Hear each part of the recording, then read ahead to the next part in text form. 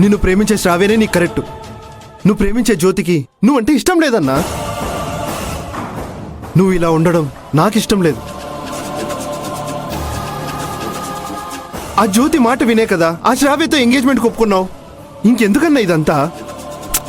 అది కాదురా లడ్డు, నేను తనని ఎంతలా ప్రేమిస్తున్నానో జ్యోతికి తెలిస్తే బాగుండేది. ఎంత చెప్పినా ఆవు కథలాగా మళ్ళీ అక్కడికే వస్తావేంటన్నా? మళ్ళీ చెప్తున్నాను విను. జ్యోతికి అన్నీ తెలుసు. ఆవిడ గారు నీ డైరీ చదివారు. నీ మనసులో తన మీద ఎంత ప్రేమ ఉందో తెలిసి కూడా అమ్మ మీద చేయి చేసుకోవడానికి ధైర్యం చేసింది.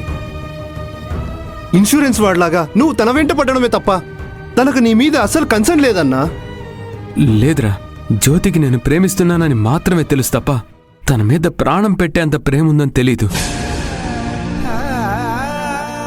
తను నా డైరీ చదివి ఉండదురా. గ్యారెంటీగా చదివిందన్నా. డైరీతో పాటు నిన్ను కూడా పక్కన పెట్టేసింది. జ్యోతికి నువ్వంటే ఏమాత్రం ఇష్టం లేదన్నా. ఇష్టం ఉండుంటే డైరీ చదివాక నీతో ప్రవర్తించే విధానమే మారిపోయి ఉండేది. చదివిందని నువ్వెలా నమ్మకంగా చెప్తున్నావు? జ్యోతి రూమ్లోకి వచ్చి వెళ్ళాకే డైరీ కనపడకుండా పోయింది అంటే ఏంటి అర్థం? దాన్ని చదివి దాని పనికిరాని వస్తువు అని భావించి తీసుకెళ్ళుంటుంది. భోగి మంటలో వేసి తగలబెట్టేసి ఉంటుంది కూడా. రే లేదురా, తను అలా చేయదు. తను డైరీ చదివి కూడా అలా చేసిందంటే నేను నమ్మను. అన్నా, నీ నమ్మకానికి ఓ నమస్కారం అన్నా. ప్లీజ్ అన్నా, తనని మర్చిపో. నా మాట వినన్నా.